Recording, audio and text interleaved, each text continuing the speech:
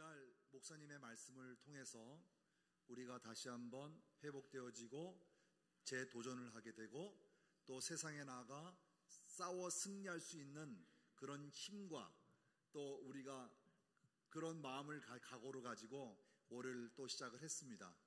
근데 오늘이 3일째 되는 날, 작심 3일 있죠. 그죠? 오늘은 포기할 만도 한데 다시 한번 결단하고 또 작심 3일 주일까지 잘 버틸 수 있는 그런 결심의 오늘 수요일이 되기를 바랍니다. 더 중요한 것은 우리가 새 힘을 얻는다라고 하는 것은 말씀을 유지하는 것밖에 없어요. 제가 직장 생활할 때 신우회송에서 항상 하는 것이 뭐냐면 신앙생활이란 살아계신 하나님과 동행하는 것이다. 신앙생활이란 살아계신 하나님과 함께하는 삶이다. 이것을 늘 얘기합니다. 3일 동안 돌아봐도 내 마음에 계시는, 내 안에 계시는 성령님의 인도하심이 아마 우리 성도님들의 마음속에도 함께 동행하고 간섭하시고 이끌어 주셨을 줄 믿습니다. 우리가 오늘 이렇게 수요 통독이라고 해서 성경 공부를 통해서 모였지만 매번 드리는 말씀, 그리고 매일 아침마다 읽는 그 말씀을 통해 정말 하나님이 나와 함께 하신다는 것, 다시 말하면 내 삶 속에 계시다는 것을 우리가 알지 않으면 재미가 없어요. 그렇죠? 우리가 관심을 가지고 좀 더 내 삶에 동행하시는 주님이 한 걸음 한 걸음 인도하신다는 것을 마음으로 느낄 때 숨쉬는 호흡까지도 하나님이 나를 이끌어 가신다는 감사가 넘쳐날 줄 믿습니다. 우리가 생각한다는 것은 너무나 귀하죠. 그죠? 지난 우리 스승의 날, 스승의 주일 때 우리 목사님 표현 너무 잘해 주셔가지고 저도 마찬가지 아주 학교 다닐 때 맨날 남학생들은 어떻게 하죠? 뒤에다가 이렇게 바리깡으로 머리가 길면 이렇게, 그죠?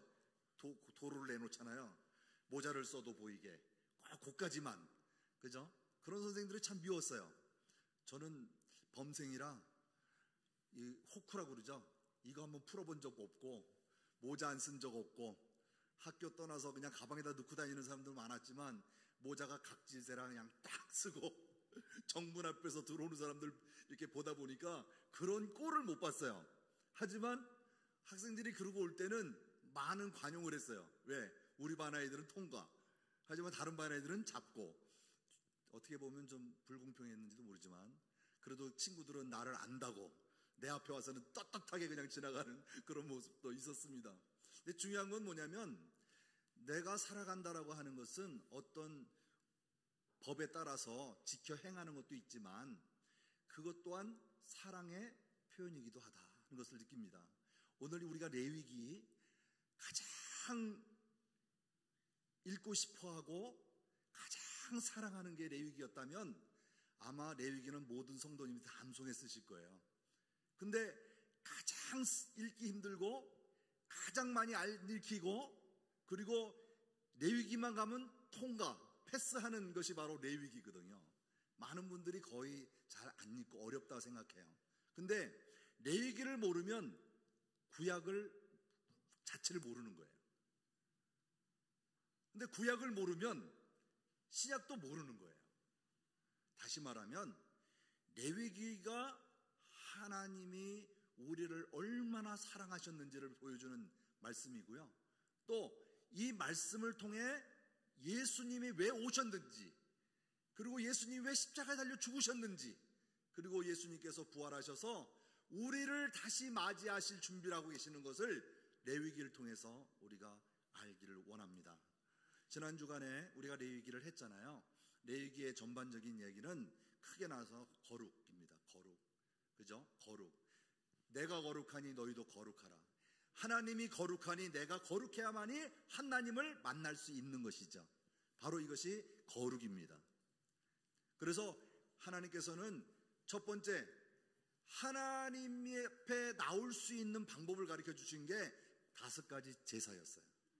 그렇죠? 5가지 제사. 모르시면 교재를 한번 뒤져보시기 바랍니다. 교재에 보시면 제사 방법이 있죠. 5가지의 제사. 먼저 번제. 번제가 있습니다. 번제. 그죠? 두 번째, 소제. 그죠? 곡물로만 드리는 소제가 있고요. 세 번째, 화목제. 네, 화목제. 모두의 화평과 평화를 위하여 드리는 제사인데, 이것은 모든 드리는 자나 또 받는 모두가 다 나눠 먹을 수 있는, 그렇죠? 나눌 수 있는 것을 화목제라고 얘기합니다. 다시 말하면 예수님께서 우리의 평화와 또 우리의 나눔을 실천하시기 위해서 화목 제물이 되어주셨다는 것을 우리가 알 수 있죠. 그 다음에 네 번째, 속죄제. 예, 속죄제입니다. 속죄제는 우리가 지은 죄 때문에 날마다 드려야 되는 제사예요. 그렇죠? 하지만 하나님께서는 가진 자와 가지지 못한 자, 부유한 자와 가난한 자를 위해서 소와 양과 염소와 또는 산비둘기와 집비둘기 이렇게 나누셨어요. 그것조차도 구할 수 없는 사람에게는 곡식으로 나눠서 드릴 수 있도록, 죄가 그렇다면 소를 잡은 사람에게는 죄를 더 막 용서해 주시고, 가난한 자가 드렸던 그거는 조금만 용서해 줬을까요? 아니죠. 하나님께서는 큰 재물을 드렸거나 또는 작은 것을 드렸거나 하나님 앞에서는 다 동일하게 그 죄를 용서해 주신 것을 우리가 믿습니다. 자, 그렇다면 오늘 우리가 나누고자 하는 얘기는 뭐냐면요, 마지막 번째 속건제가 있었죠. 한 번 더 짚고 넘어가야겠죠. 속건제는 자기의 용서함을 남의 것을 취하였거나 또는 부정했거나 남의 걸 도적질했거나 빌려서 갚지 않았거나 이랬을 때 얼마를 더 갚으라고 그랬죠? 5분의 1을 더 주라, 이렇게 얘기하죠. 삭개오는 어떻게 했죠? 예수님을 만난 이후에, 그죠? 자기의 것을 더, 자기가 탐하였거나 거둬들인 것에 대해서는 그거보다 더 많은 것을 드렸던 것을 볼 수 있습니다.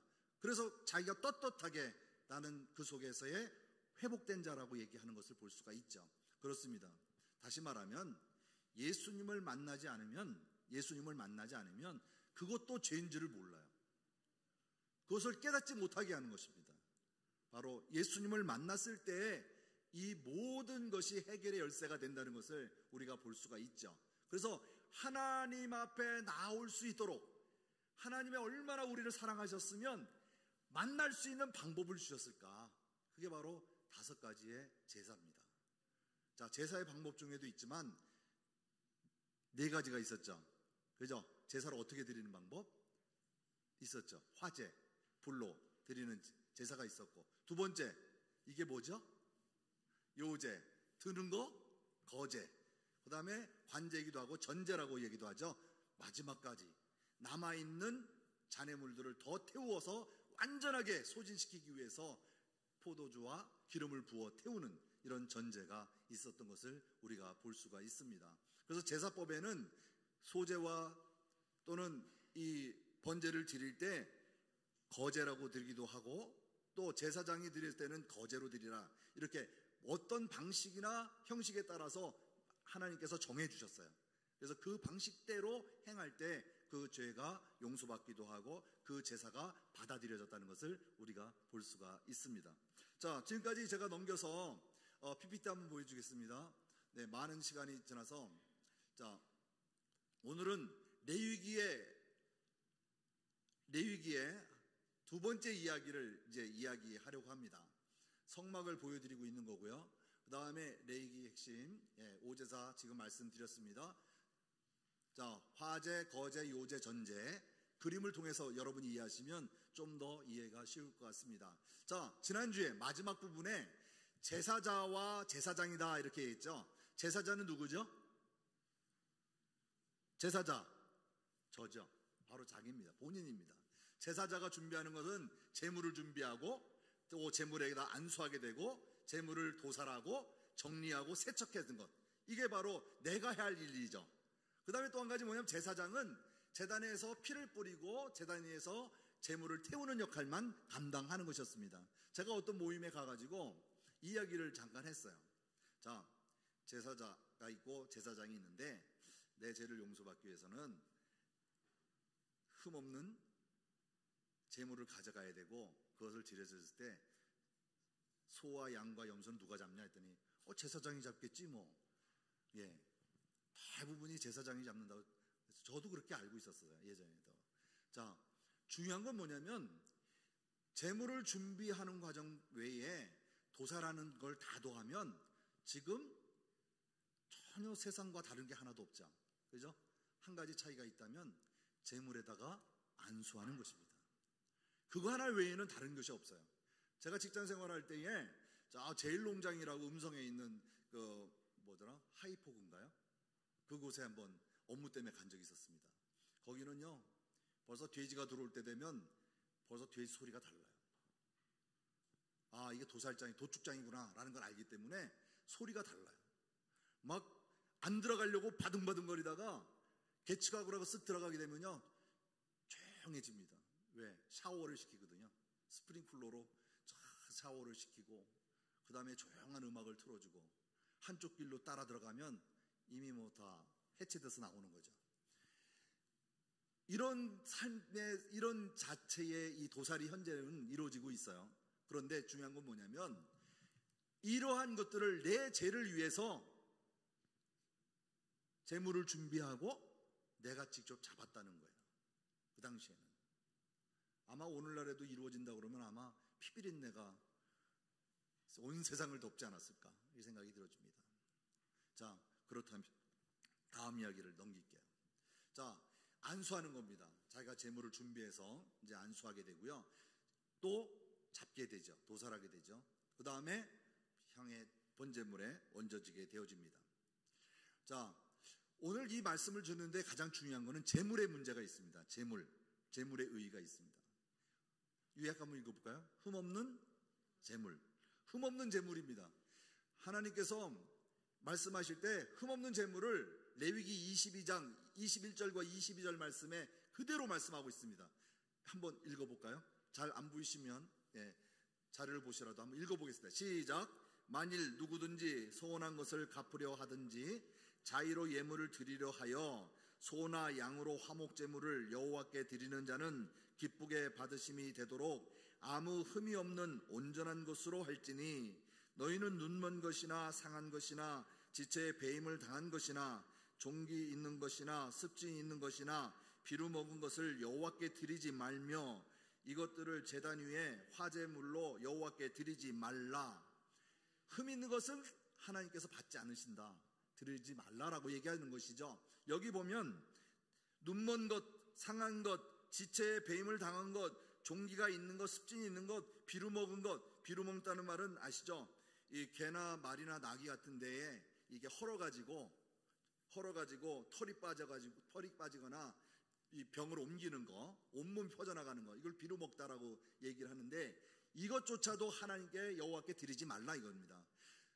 두 눈이 멀쩡해야 되는데 한쪽 눈이 약간 간쳐져 상처가 났다 그래서도 그거는 흠 있는 거예요. 그러다 보니까 예수님 시절에 어떻게 했을까요? 멀리서부터 흠없는 제물을 가지고 오게 되죠. 가까운 곳은 얼마나 좋겠습니까? 그죠? 근데 먼 곳에부터 가져다 보니까 다리가 부러지게 되면 다시 돌아가서 자기가 키우던 것 중에 하나를 골라서 가져와야 되거든요. 흠없는 것을. 그러다 보니까 이게 너무너무 힘든 거예요. 그러니까 어떻게 했을까요? 예루살렘 성전 앞에서 장사하게 되는 거예요.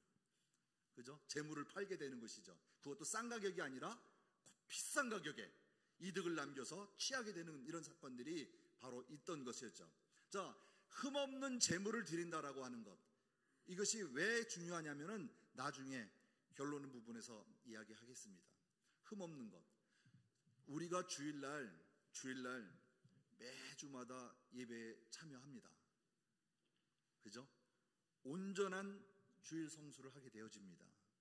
내 자신이 주일 성수를 할 때에 나의 마음에 혹시 흠 있는 상태가 아닌지 점검해 봐야 되지 않겠습니까?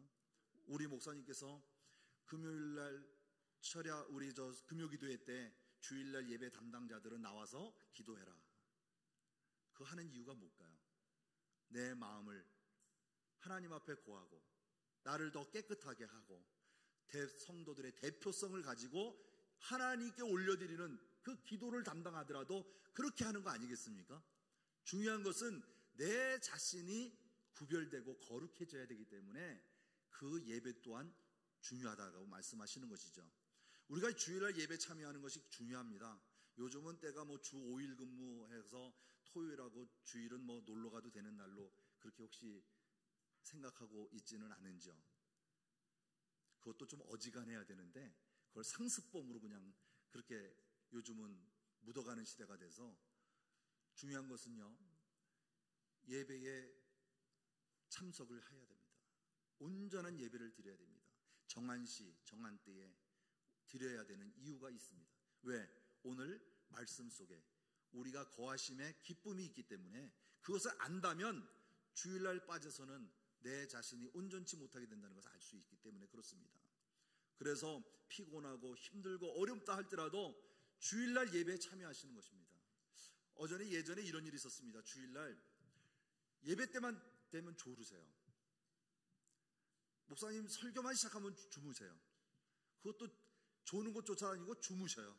그러니까 목사님께서 작심하고 내가 언제 한번 하고 야단을 치셨어요.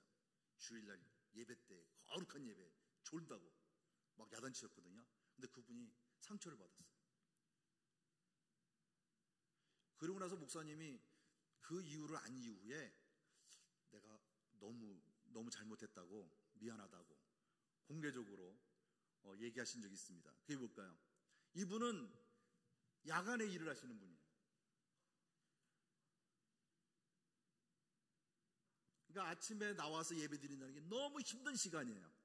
평일 때는 그 시간에 잠자야 될 시간인데 그래도 주일날 예배에 참여하기 위해서 오셨는데 육신이 너무 피곤하고 지치니까 졸게 되는 거예요. 하지만 그 내용을 모르니까 보기만 하면 존다고 한두 번도 아니고 그러더니 진짜 일하는 곳에 한번 가보시라고 제가 권했었어요. 그때 그래서 일하신 곳에 가보니까 밤에 9시, 10시에 나가셔서 새벽도 아니죠. 낮에 1시, 12시쯤 돌아와서 그때 일하고 또 잠 주시고 또 나가는 이런 밤에 일하는 일을 하시다 보니까 피곤하니까 지칠 수밖에 없어요. 이렇게 드리고자 하는 그 마음 하나님은 기쁘게 받으셨을 줄 믿습니다. 그러는 우리들에게도 이러한 진정한 온전한 예배가 필요한 것이죠. 그리고 흠없는 것으로 드린다라고 하는 것 상처나서가 아니라 우리는 다 상처나서 오는 사람들 아니겠습니까? 그죠? 그 상처가 치유되어지고 회복되어지는 것이 온전한 주일이에요. 일주일 동안 상처받았던 모든 것 치료받고 회복되는 날이 바로 주일이라고 하는 거예요. 바로 주일을 통해서 성도들과의 만남을 통해서 회복되어지고 또 그날을 위해서 우리가 또 기다려지게 되고 주님을 만나는 그 기쁨이 매 주일마다 이루어질 때 성도들이 모이기에 힘쓰게 되어지고 그 교회는 떡을 나누고 그죠? 그리고 그들의 삶 속에서 주님을 보게 되는 거죠. 바로 이것이 성장하는 교회고 하나님께서 기뻐하시는 교회 아니겠습니까? 제가 아침에 출근하다 보면 이렇게 주일날 이렇게 우리 교회 말고요. 저쪽 예전에 다니던 교회 보면 성도들이 차를 주차하고 쫙 어디론가 동서남북에서 뭔가 사람들이 쫙 그쪽으로 가요. 차를 타고 지나가면서도 야, 저 교회는 참 좋겠다. 우리 교회도 저랬으면 좋겠다. 제가 그렇게 희망을 가지고 기도한 적이 있습니다. 아마 구리 지역의 이 인창동 지역에도 주일날이면 우리 교회로 쫙 빨려 들어오는 성도들이 그 시간만 되면 전부 다 교회를 향해 들어오는 그런 역사가 있을 줄 믿습니다. 우리의 삶이 온전한 회복이 있지 않고서는 그런 역할을 내가 감당할 수가 없어요. 누가 해주겠지? 절대 그렇지 않습니다. 그 역할을 누가 해야 된다고요? 내가 해야 됩니다. 내가. 그래서 손에 손잡고가 중요한 것이고 또 가족들끼리도 권하여서 함께 나오는 것이 중요한 것입니다. 이럴 때 내 재물을 준비하고 주의 전에 나와 내 죄를 용서받고자 하는 그런 마음이 레위기에 오늘 이 말씀에 있다는 것을 우리가 기억했으면 좋겠습니다. 자, 다음 해볼까요? 자, 지난주에 제가 말씀드렸는데요. 죄의 전가에 대한 거를 신학적으로 되어 있는 내용들을 이렇게 한번 풀어봤습니다 라고 말씀드렸죠. 여기 보면 제사자, 저입니다. 저 본인이죠. 바로 내가 지은 죄, 그죠? 내가 지은 죄입니다. 그러기 위해서 흠없는 제물을 준비해 가야 되는 것이에요. 그죠? 흠이 있으면 안 됩니다. 흠이 있는 것은 받지 않으시기 때문에 온전히 흠 없는 제물을 준비해 가야 됩니다. 그렇다면 제물에다가 어떻게 하죠? 먼저 죽이기 전에 안수합니다. 그렇죠? 안수합니다. 안수할 때 내 죄가 그대로 제물에게 전가시키는 일이 일어나는 것이죠. 내가 가지고 있는 것 하나부터 열까지 모든 죄를 그에게, 다시 말하면 제물에게 그대로 전가하는 것입니다. 그 전가한 그 죄를 가지고 소나 양이나 그냥 죽어가는 것입니다. 그렇다면 죽는 것으로 끝나는 것이 아니에요. 하나님께서 나에게 내리는, 죄를 지었을 때 주시는 그 벌까지도, 진노까지도 누구에게 간다고요? 제물에게 가는 것입니다. 그로 인해서 이 흠없는 제물이 깨끗하여진 것이 아니라 나의 죄를 가지고 죽어가는 것입니다. 바로 이 죽음을 통해서 회복되는 것이 뭐냐면 우리는 죄 사함을 받는 것입니다. 바로 죄 용서를 받는 것입니다. 자, 안수하게 되고요. 그 다음에 도축하게 되고 다 긁어내고 내장 빼고 가죽 다 벗겨서 제사장에게 드려서 태우는 거 아니겠습니까? 지난번에 얘기했지만 쉬운 건 절대 아닙니다. 그죠? 예전에 우리 권사님이 그런 얘기 하시더라고요. 내가 시아버지께서 처음 시집 갔을 때 애야 닭 잡아놔라 그랬다고 그래서 그냥 돌아다니는 닭 하나 잡으려고 크게 됐다가 나중에 잡았는데 털만 뽑아가지고 놔뒀더니 시아버지가 이게 닭 잡은 거냐고 했다고 그래요. 털 뽑고 닭을 잡아서 두라는 것을 그냥 잡기도 힘들었지만 털만 뽑아놨다고 그래가지고 아마 웃으면서 우리가 얘기 나눈 적이 있었습니다. 혹시 우리는 닭 잡으라 그러면 털만 뽑는 사람들은 아니겠죠. 그죠? 중요한 것은 내가 그 일을 행하게 된다는 것입니다. 내가 그 일을 행한다는 것. 상한 심령이 오직 하겠습니까? 내 자신이 상한 심령이. 그렇죠. 온전히 드려진다는 것은 결코 쉽지는 않습니다. 하지만 예수님께서 그 일을 감당해 주셨습니다. 자, 보십시오. 예수님은 그럼 어떤 책임의 전가를 하셨는가 하면은 나의 죄를 예수님에게 전가시키는 사건입니다.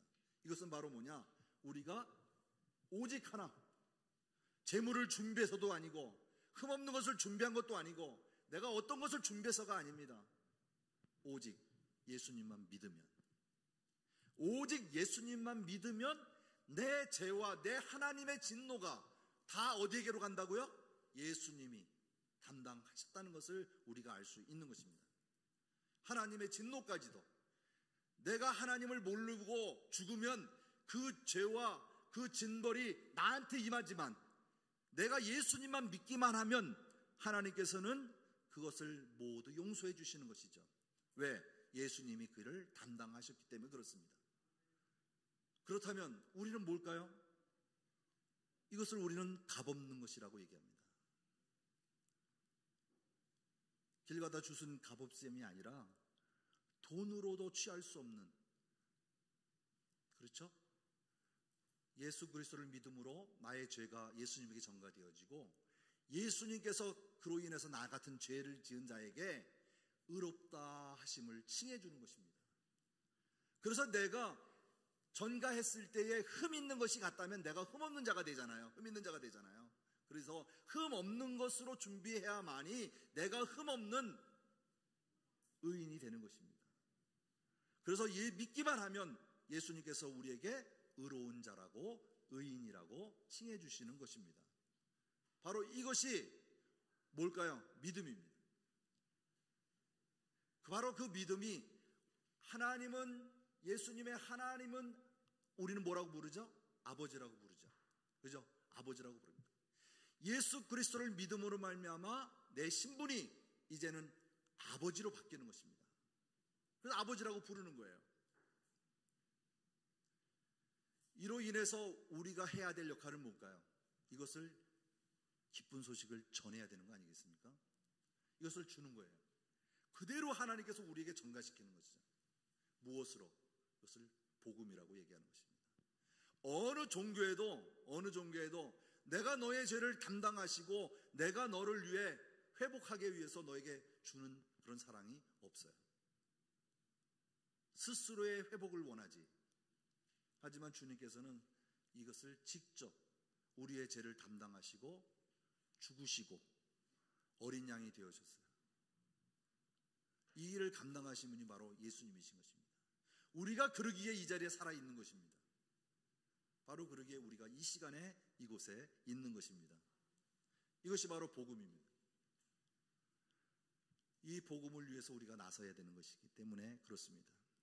사랑하는 성도 여러분, 예수님은 이 일을 감당하셨는데 이사야 53장 5절에서 6절에 있는 말씀, 부활절 때 우리 많이 하죠. 고난중한 때 우리 한번 읽어볼까요? 예수님이 어떤 일을 담당하셨어요? 시작. 그가 찔림은 우리의 허물 때문이요 그가 상함은 우리의 죄악 때문이라.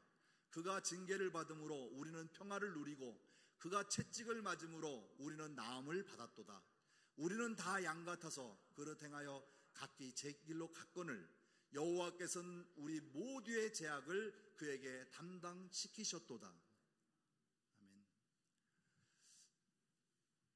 에베소 1장 7절 말씀에도 우리는 그리스도 안에서 그 은혜의 풍성함을 따라 그의 피로 말미암아 속량 곧 죄사함을 받았느니라.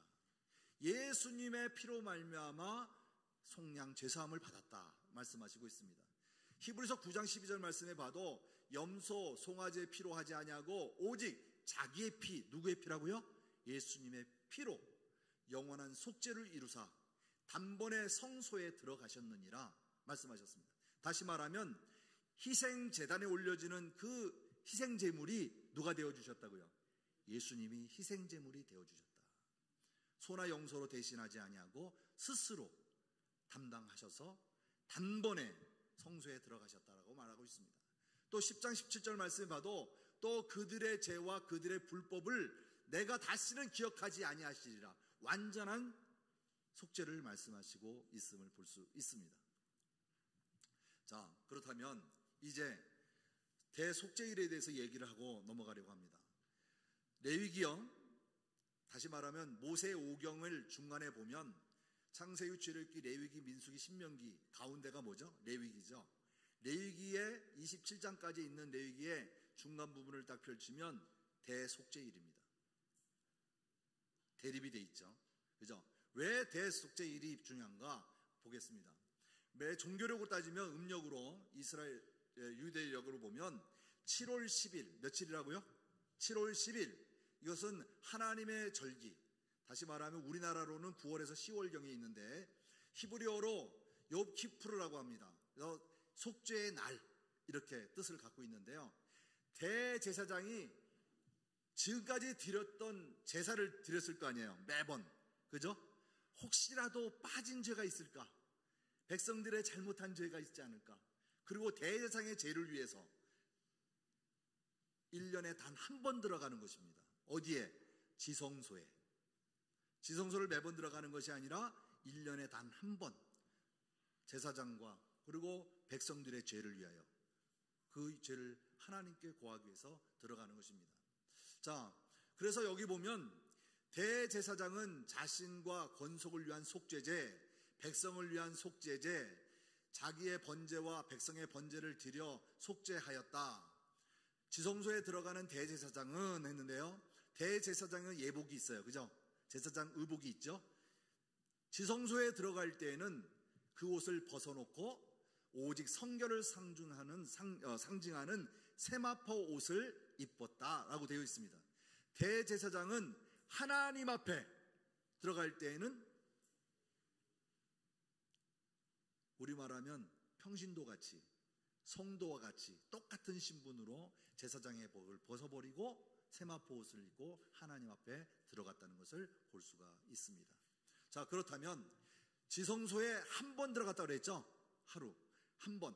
근데 우리가 단번 한 번인데 성경에는 자세히 풀어보면요 여러 번 들어갔어요. 당일날 한 번만 들어가서는 안 되고 여러 번 들어간 거를 우리는 1년에 한 번이다 이렇게 얘기를 하는 건데, 그 이야기가 첫째 보면 향로를 취하여 여호와 앞 제단 위에 피운 불 채우고 두 손을 곱게 간 향기로운 향을 채워서 지성소로 들어간다.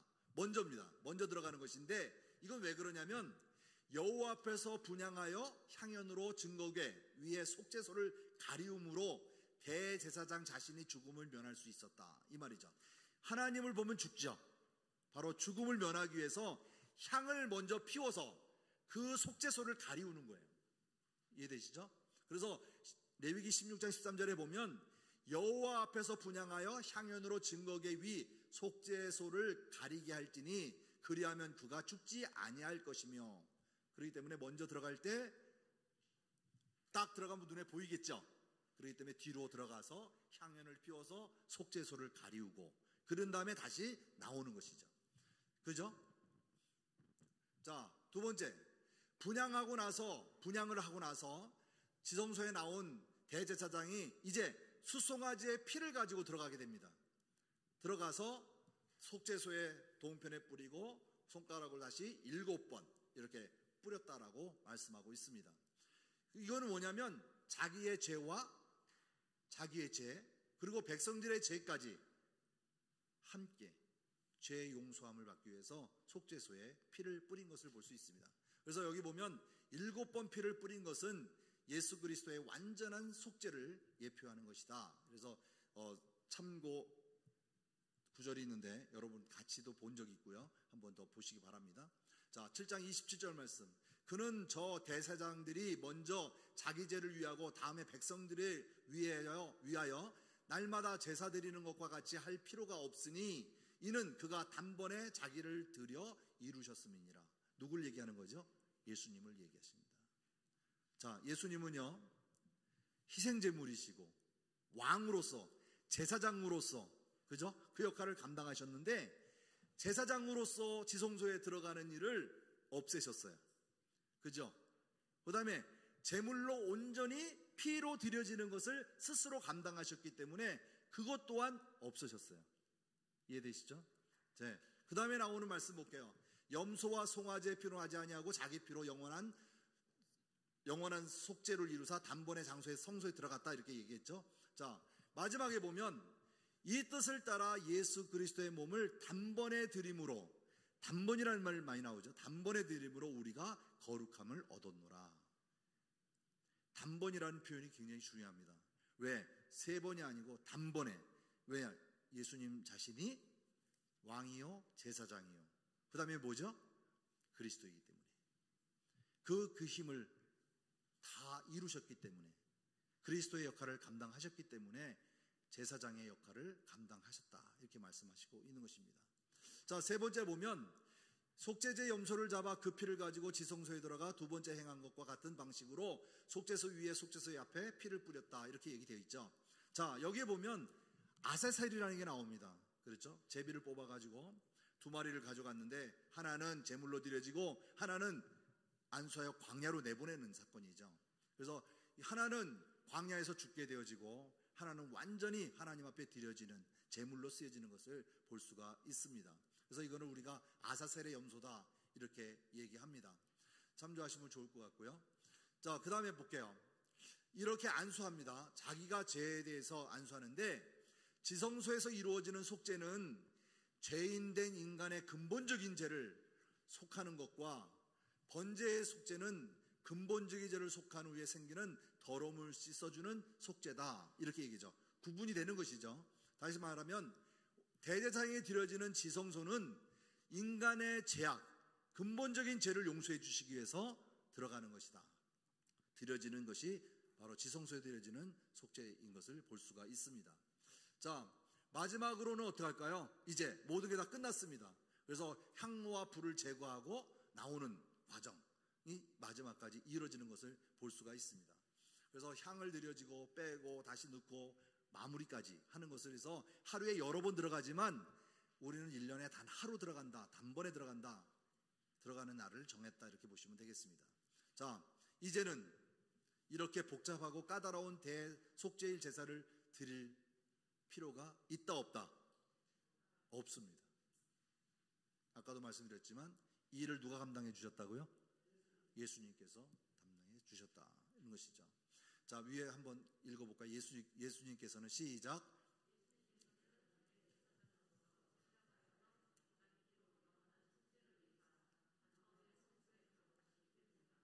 네. 예수님께서 속죄양이 되셔서, 어린 양이 되셔서 우리의 죄를 담당하시고 십자가에 달려 죽으셨을 때 모든 피를 다 쏟으시고 우리를 위해 죽으셨습니다.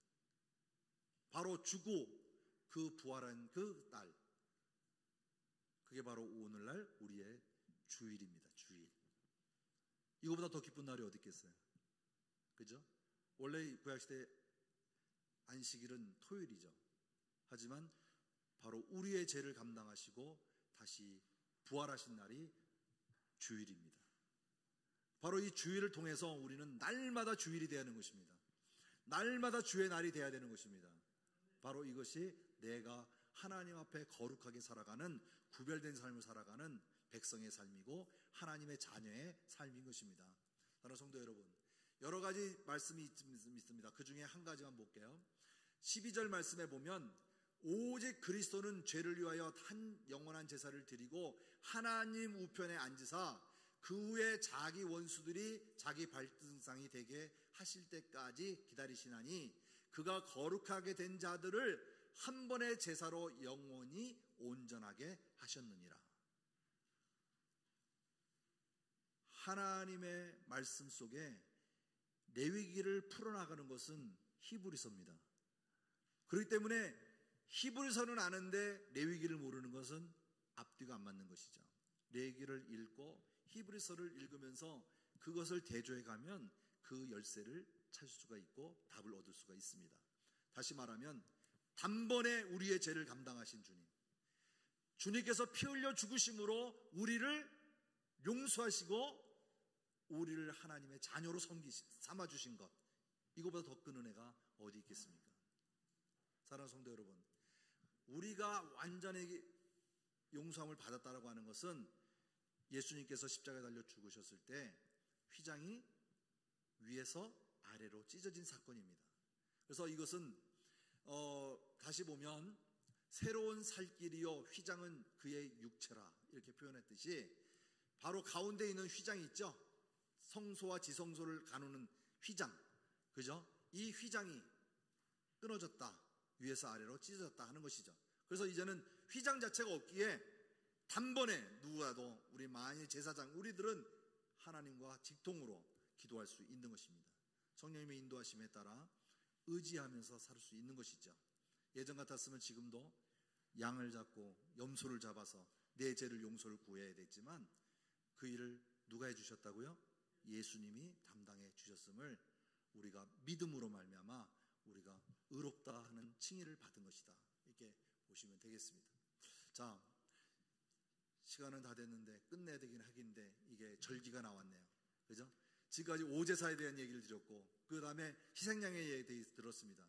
자, 절기가 나왔습니다. 절기 7절기, 그래서 7절기인데요 한번 맨 위에 거 볼까요? 무교절, 6월절부터 볼게요. 시작. 6월절, 무교절, 초실절, 칠칠절, 나팔절, 속죄일, 초막절, 이렇게 있습니다. 7가지 절기가 있는데 이 절기는 23년 그대로 다 나와 있습니다. 여기 보면 6월절이 뭐죠? 출애굽, 그죠? 애굽에서 나올 때에 지켰던 절기, 바로 유일한 그리스도의 피를 감당할 수 있는 것을 볼 수가 있죠. 어린 양의 의미를 볼 수 있죠. 자, 그래서 6월절이라고 합니다. 6월절. 우리는 이날을 1월 14일로 음력으로 봅니다. 그 다음에 무교절 있고요. 무교절은 애굽에서 나온 이후에 고생스러운 일을 감당하기 위해서 무교, 발효되지 않은 것을 먹는 거죠. 그죠? 그래서 그 일주일 동안 진행되어지고 초실절, 첫 열매를 바치는 날. 그래서 이 초실절은요 6월절 후 첫날 안식일 다음 날이에요. 그죠? 안식일 다음 날. 그래서 초실절이라고 얘기합니다. 그 다음에 칠칠절, 칠칠철, 그런 오순절이라고 얘기도 하죠. 그래서 칠칠절, 첫 밀수확을 얻었을 때 드려지는 하나님 앞에 감사하는 그런 절기고요. 나팔절, 매년 7월 1일이 이스라엘은 신년입니다. 이걸 나팔절이라고 하는데요. 이날은 나팔을 한 번만 부는 게 아니라 여러 개를 동시에 불어서 하나님의 나라의 시작을 알리는, 그래서 나팔절이라고 합니다. 속죄일, 아까 말씀드렸죠. 7월 10일, 용사물 구하는 날. 그리고 초막절, 유대의 종으로 살 때 유대인들이 종으로 살았던 그거를 기념하기 위해서 일주일 동안 텐트 치고 사막에서 사는 고통을 나누는 거죠. 경험하는 것, 이것을 이제 초막절이라고 하는데 지금도 많이들 참여하는 것을 볼 수가 있습니다. 이 중에 세 가지입니다. 유월절, 초실절, 초막절, 세 절기는 지켜 예루살렘 성전을 찾게 만들죠. 3대 절기는 지켜라 라고 하는 것입니다. 자, 이 절기에 따라서 여러 가지가 있지만 더 자세한 절기는 여러분 자료에 없습니다만은 여기 제가 표시를 해놨는데요. 한번 1, 2, 3, 4 이렇게 되어 있죠. 날짜가요. 날 보면 6월절 1월 14일로 시작이 되어서 이 일주일이 지난 것을 우리는 무교절이라고 하고요. 그 다음에 첫 안식일의 다음 날을 우리는 초실절이다 이렇게 얘기합니다. 그래서 부활하시고 날로 인해서 이루어지고 그날로부터 50일, 부활절로부터 50일이 됐을 때가 오순절, 그게 바로 칠칠절입니다. 그래서 이 날을 보면 칠칠절이 되고요. 그 다음에 나팔절, 그죠? 나팔절, 나팔 7월 1일이고요. 6번에 보면 속죄일이고요. 7번은 모든 추수를 마치고 감사하는 수장절이기도 하고 초막절이라고도 합니다. 그래서 초막절은 그로부터 7일 동안 텐트를 치고 사막에서 그것을 감당하는, 경험하는 그런 것으로 절기를 지키고 있습니다. 자, 이제 자세한 내용들은 다음에 또 자료로 보내드리도록 하고요. 한번 보겠습니다. 자, 절기는 이렇게 해서 간단하게 넘기면 좋은데 한번 보겠습니다. 예수님께서 6월절에 십자가의 고난을 당하셨으며 초실절에 부활의 첫 열매가 되셨고 성령께서 오순절 마가다락방에 강림하셔서 절기 따라 하나님은 움직이시고 계심을 알 수 있습니다. 이 말은 뭘까요? 예수님께서 부활하셨죠. 그죠? 그리고 며칠 동안 지상에 계셨죠? 40일 동안 지상에 계셨어요. 내가 승천하시고 나서 며칠 뒤에 성령님이 임하셨죠? 열흘 뒤에. 더하면 50일이죠. 그래서 오순절입니다. 이해되시죠? 그래서 40일 플러스 열흘, 그래서 50. 그래서 77, 49 다음 날 50일입니다. 그래서 오순절 이렇게 기억하시면 되겠습니다. 성령 강림이 오순절, 우리의 마음에 성령이 임하셨던 것을 볼 수가 있습니다. 다음 주에 넘어갈 때 이 안식년과 희년에 대한 얘기를 하고 넘어갈까요? 잠깐만요. 몇 통이 남았죠? 뭐 바로 해도 되겠네요. 자, 성경을 보면 레위기는 27장까지 있습니다. 27장까지 있는데 25장에 보면 희년과 안식년이 나와요. 여기 보면 희년은 안식의 개념은 회복에 대한 개념이고 이것은 하나님 나라의 개념의 절기인데 매 7일째 되는 날을 우리는 안식일이라고 얘기합니다. 그러면 매 7년째 되는 날을 안식년이라고 얘기하고요. 그 다음에 안식년이 7번 되는 다음에 77, 49 다음 해를 우리는 희년이다 이렇게 얘기합니다. 희년, 그렇죠? 그래서 희년은 50년이 되는 해를 얘기합니다.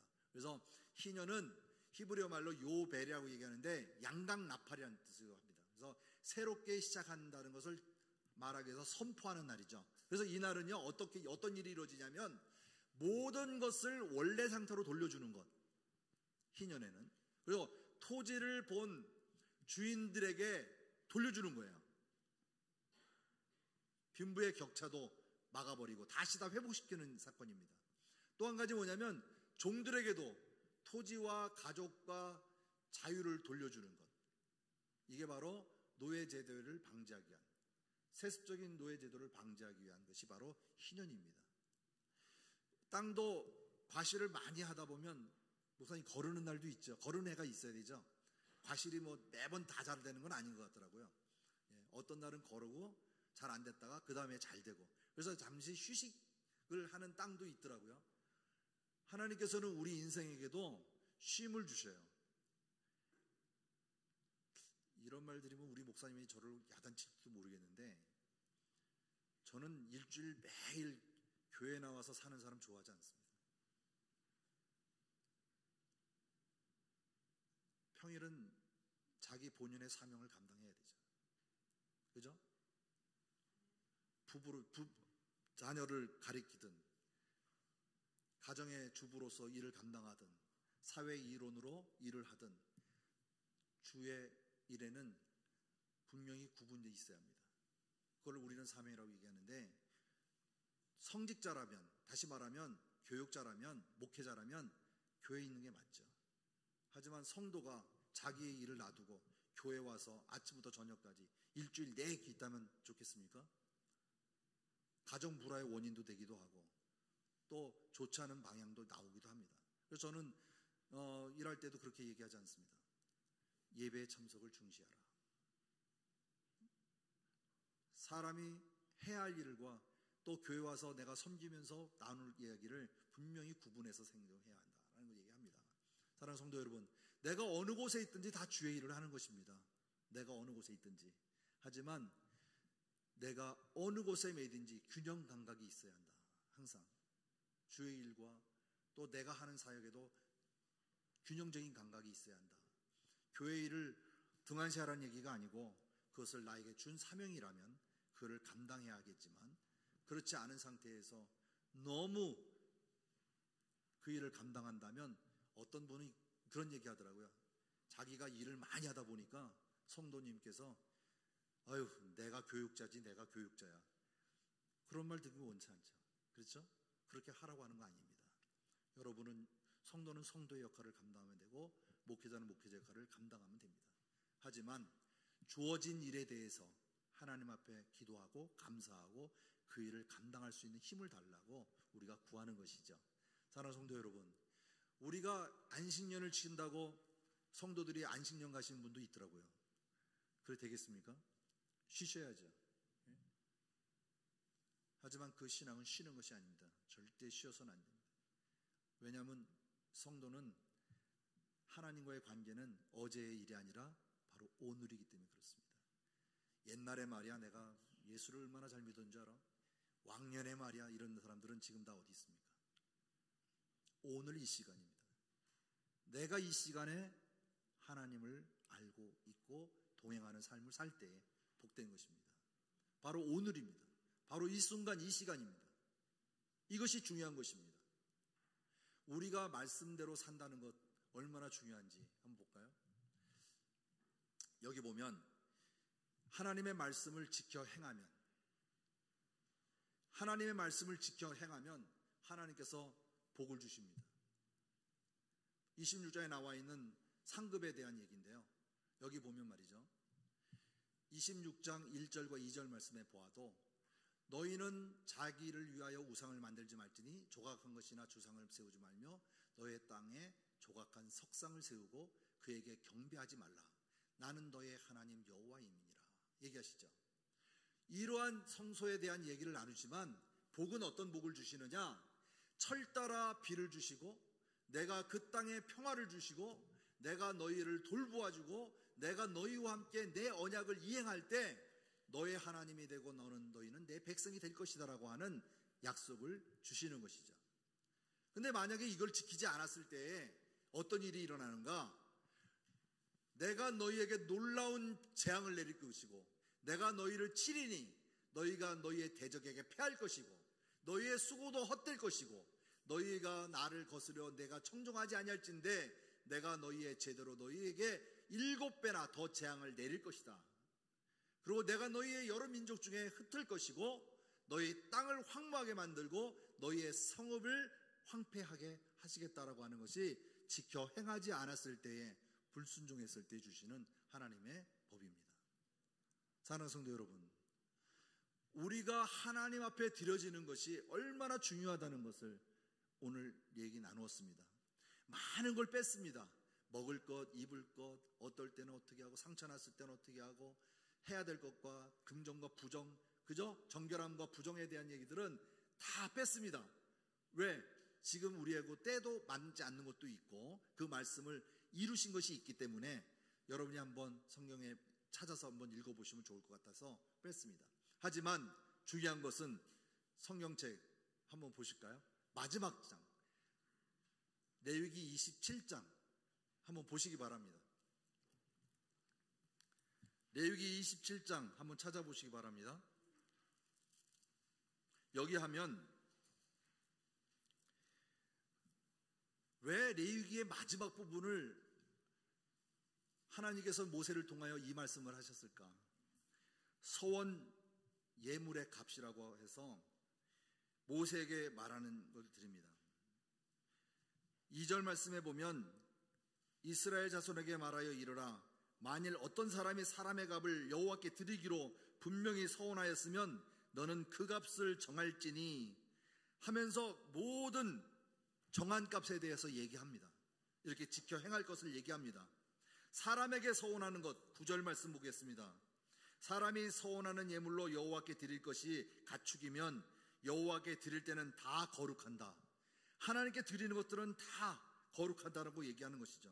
14절 말씀에 보면 만일 어떤 사람이 자기 집을 성별하여 여호와께 드리려면 제사장이 그 우열간의 값을 정할지니 그 값은 제사장이 정한 대로 될 것이며, 또 16절 만일 어떤 사람이 자기 기업이 된 밭 얼마를 성별하여 여호와께 드리려 하면 마지기 수대로 내가 값을 정하되 보리 한 호멜지기에는 은 50세겔을 계산할 것이며 모든 것을 하나님께서 정하였습니다.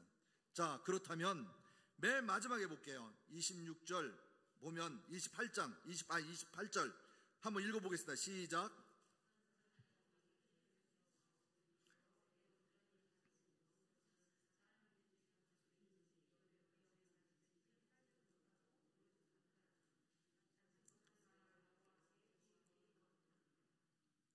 뭐라고 그랬죠? 온전히 바쳐진 그 사람은 다시 무르지 못하나니 반드시 죽을지니라. 어떤 때? 이것은 바로 온전한 것을 얘기합니다. 여호와께 드리는 것은 온전함으로 거룩한 것으로 구분됐기 때문에 그렇습니다. 사랑하는 성도 여러분, 30절 마지막 절에 보면 그리고 그 땅의 10분의 1 곧 그의 땅의 곡식이나 나무의 열매는 그 10분의 1은 누구의 것이다? 누구의 것이다? 여호와의 것이니 여호와의 성물이다 이렇게 얘기합니다. 만일 어떤 사람이 그의 11조를 물으려면 그것에 5분의 1을 더할 것이요 모든 소나 양의 11조는 목자의 지팡이 아래로 통과하는 것에 10번째 것마다 여호와의 성물이 되리라. 그렇죠? 그 우열을 가리거나 바꾸거나 하지 말라. 바꾸면 둘 다 거룩하리니 무르지 못하리라. 서원에 대한 중요성을 얘기하고 있습니다. 사랑하는 성도 여러분, 레위기에서 중요하게 표현은 마지막에 무엇을 얘기했다고요? 11조를 얘기하고 있습니다. 10의 1은 누구 거라고요? 하나님의 것입니다. 그러면 10의 9는 누구 걸까요? 내 것인가요? 아닙니다. 모든 것은 하나님의 것이되 그 중에 10의 1을 대표성을 가지고 하나님 앞에 드리라고 하는 것입니다. 바로 이게 11조입니다.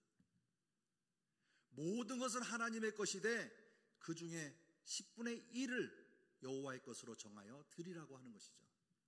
바로 우리의 삶도 마찬가지입니다. 우리의 시간도 마찬가지입니다.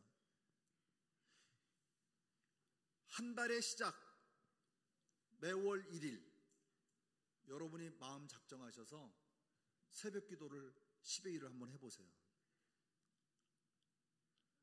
1년에 내가 지킬 수 있는 52주의 주일을 내가 다 섬겼다 말하지만 온전하게 드릴 수 있는 내 마음에 쉼을 갖는 평화가 있는 그런 삶이 하루가 있기를 원합니다.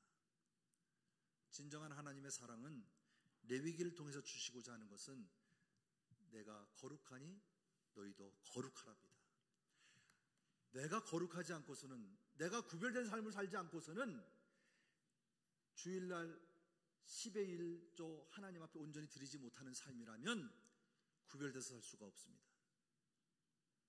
실천할 수 있는 이것이라도 온전히 하나님께 드림으로써 내가 구별된 산자로서, 구별된 자로서 섬김의 자리가 되길 바랍니다. 왠지 아세요? 하나님이 어떻게 너희를 복 주시는지 보라고 말씀하십니다. 사랑하는 성도 여러분, 애굽에서 이끌어낸 여호와가 이야기하신 것입니다. 레위기의 마지막 부분은 여기에 있습니다. 내가 너희를 어떻게 사랑해서 여기까지 이끌어왔는데 너희들이 거룩하지 않으면 나를 만날 수 없다라고 얘기하는 거기 때문에 우리는 거룩해져야 합니다.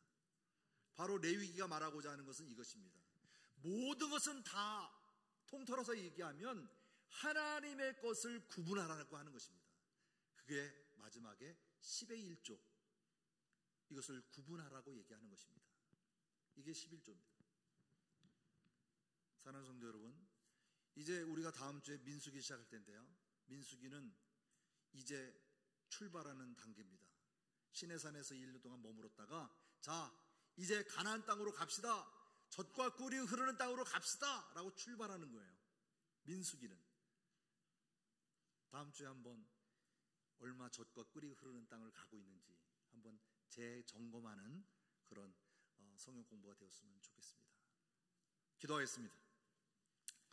사랑의 하나님, 고맙고 감사합니다. 오늘 레위기를 통해서 주시고자 하신 주의 말씀, 나의 죄와 주님 앞에 설 수 없는 부족함을 친히 담당하시고 십자가에 달려 돌으시고 한 방울도 남김없이 피로 우리의 죄를 용서하신 주님을 다시 한번 돌이켜 감사하며 하나님 앞에 구별된 삶으로 살겠다라고 마음 굳게 다짐하며 오늘도 하나님의 것을 돌려드리기를 간절히 소망합니다. 하나님, 저희들을 붙잡아 주시옵소서. 험한 세대 속에서 하나님의 것을 구별하지 못하는 이 세대 속에서 하나님의 것임을 인정하고 나의 삶을 온전히 드리는 우리 성도님들 될 수 있도록 축복하여 주시옵소서. 성령님께서 인도하여 주시옵소서.